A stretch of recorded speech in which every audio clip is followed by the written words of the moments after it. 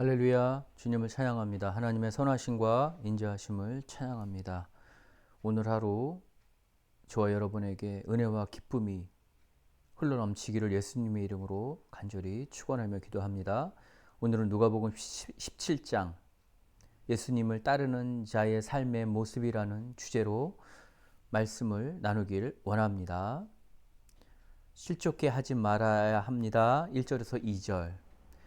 회개하거든 용서해 줘야 합니다. 3절에서 4절.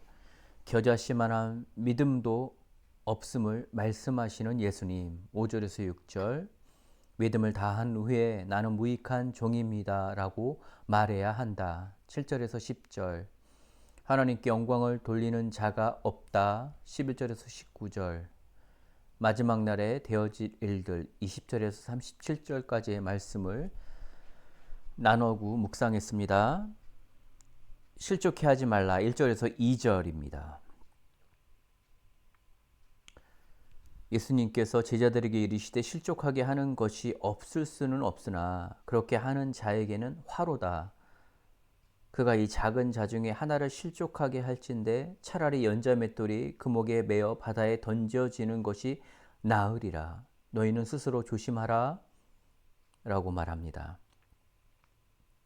여러분, 실족해 하지 말아야 합니다. 대학에 예전에 UBF라는 선교단체가 있었는데 UBF라는 선교단체는 매년 여름마다 수양회를 갑니다. 그리고 이렇게 목자들이 형식적으로 연자맷돌을 목에 대고 이렇게 바다에 빠지는 듯한 모습을 합니다.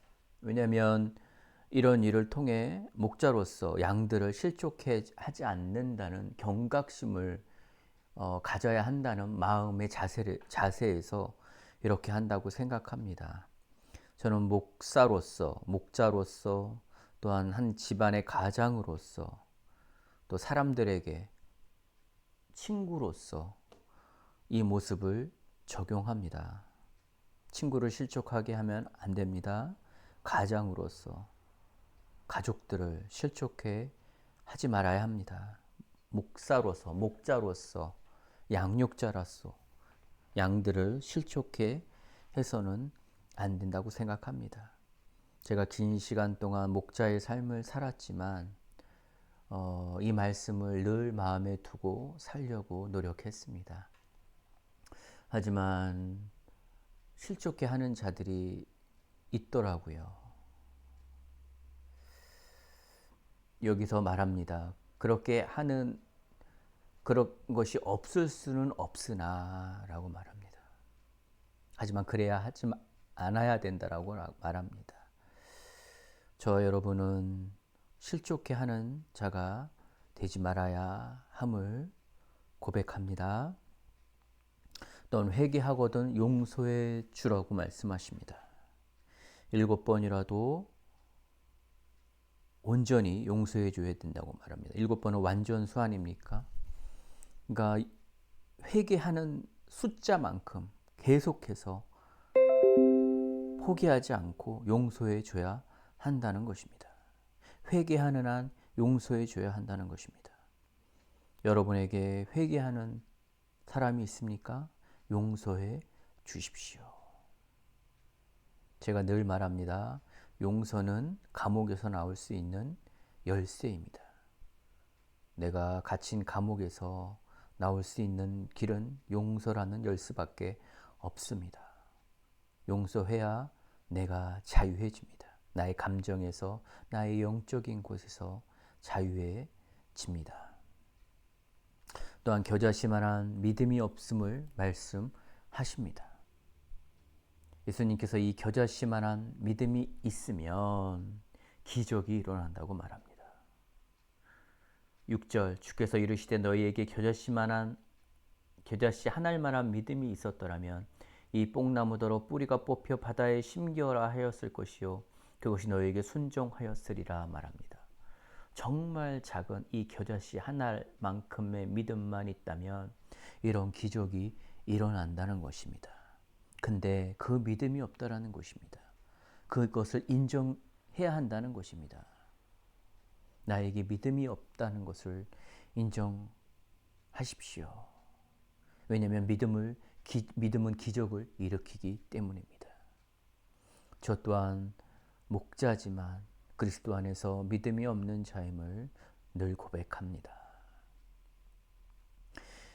또한 믿음을 다한 후에 나는 무익한 종이라고 말해야 한다는 것입니다.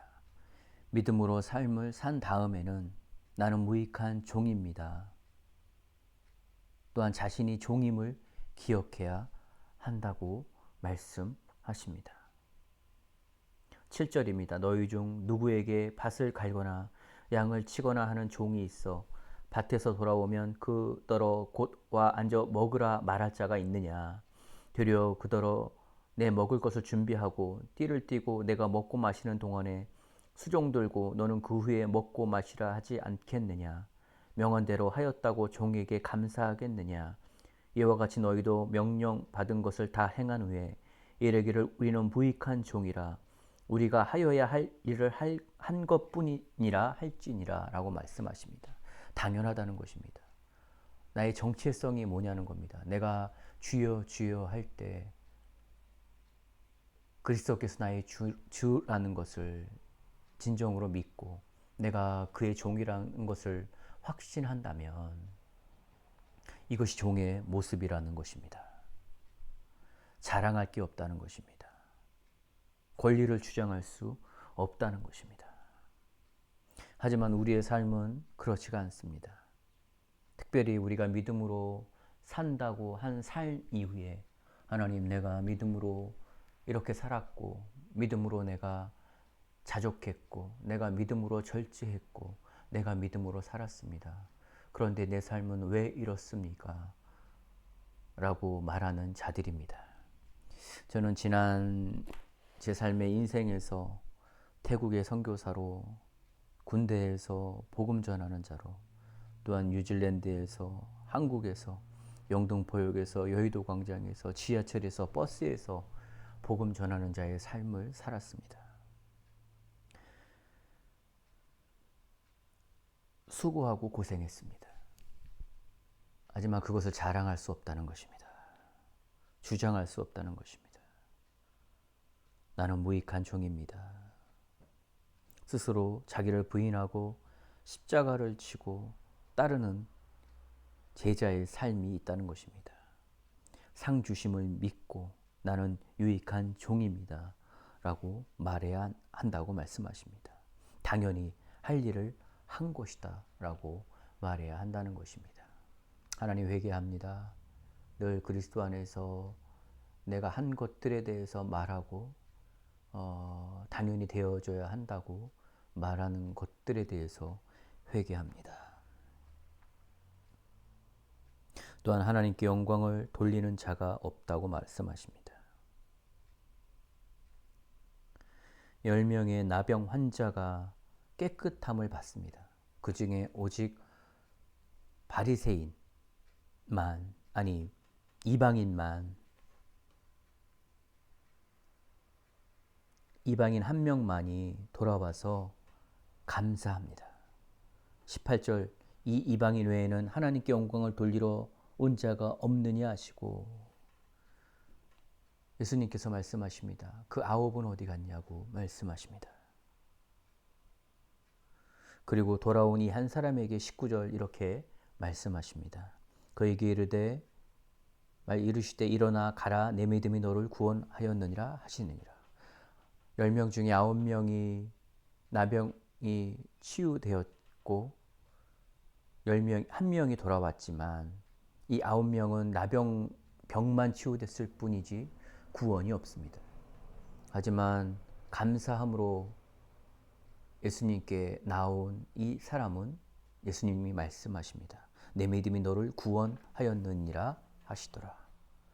진정한 기쁨 아닙니까?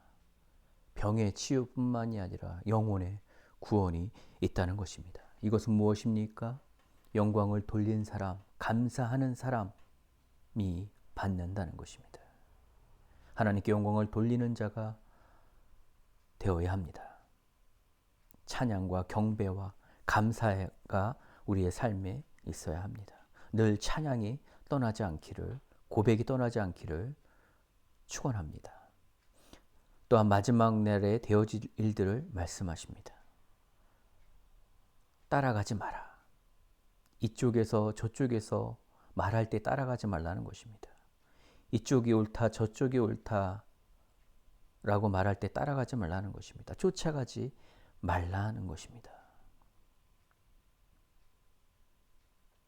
그러면서 이렇게 말씀하십니다. 34절 내가 너에게 이르노니 그 밤에 둘이 한 자리에 누워 있음에 하나는 데려감을 얻고 하나는 버려둠을 당할 것이요. 두 여자가 함께 맷돌을 갈고 있을 때에 하나는 데려감을 얻고 하나는 버려둠을 당할 것이라고 말합니다. 우리는 이 두 사람 중에 데려감을 받는 사람이길 선택합니까? 그렇지 않기를 선택합니까? 버려둠을 선택합니까? 데려감을 선택합니까? 그들이 대답하여 이르되 주여 어디 오니이까? 이르시되 죽음이 있는 곳에는 독수리가 모이느니라 하시니라. 그리스도의 은혜가 있는 곳에는 하나님의 사람들이 모이게 되어 있습니다. 그리고 우리가 주님 말씀대로 살고 따라가는 한 우리는 선택받은 자가 될 수 있습니다. 데려감을 받습니다. 버려둠을 당하지 않습니다. 그 은혜가 저와 여러분의 삶에 함께하기를 주의 이름으로 축원합니다. 하나님 아버지 감사합니다. 하나님 실족해 하게 할 수밖에 없지만 그렇게 하지 않는 자에게 은혜가 있다라고 말씀하신 것처럼 하나님 실족하게 하지 않게 하여 주시옵소서. 목자로서 가장으로서 사람들에게 실족시키는 자가 되지 않게 하여 주시옵소서. 또한 회개하는 자를 7번이라도 온전히 완전히 용서하게 하여 주시옵소서. 그리고 자유케 하여 주십시오. 또한 겨자씨만한 믿음이 없음을 인정합니다. 믿음을 주셔서 믿음으로 살아가게 하여 주시옵소서. 믿음으로 기적을 보게 하여 주시옵소서. 또한 믿음으로 삶을 산 다음에는 나는 무익한 종이라고 말하게 하여 주십시오.